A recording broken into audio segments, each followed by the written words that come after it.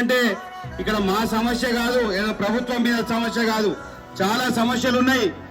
ఇక్కడ మల్కాపూర్ దగ్గర రైతులు ఎంతో గోసపడుతున్నారు, అవస్థలు పడుతున్నారు. ఒకటే ఒక బ్యాంకు మల్కాపూర్ లో ఉంది. ఈ చిలుపూరు నుంచి ఈ బ్యాంకు దగ్గర రైతులు పడే గోసను కొన్ని సంవత్సరాలుగా చూస్తున్నాం. ఇక్కడ అక్కడక్కడ జరిగే అవినీతి కూడా అన్నా రాజన్న, ఈ అవినీతి కూడా మేము బయట పెట్టినాం ఇదివరకు. ఎందుకంటే ఏటీఎం సిస్టమ్లు ఇచ్చి ఇదివరకు గత ఊర్లలో ఏటీఎం సిస్టమ్లు ఇచ్చి అక్కడ ఫ్రాడింగ్ జరిగింది, అది బయట పెట్టినాం. లోన్ల విషయంలో రైతులకు లోన్లు ఇస్తా అని మధ్యలో బ్రోకరీ వ్యవస్థ అంటే దళారుల వ్యవస్థతోటి అక్కడ కూడా నష్టం జరిగింది రైతులకు. అది కూడా బ్యాంకుకు వచ్చి ప్రూఫ్స్ తోటి రికార్డింగ్ తోటి మేనేజర్ గారి ముందట అవన్నీ డాక్యుమెంట్స్ పెట్టడం జరిగింది.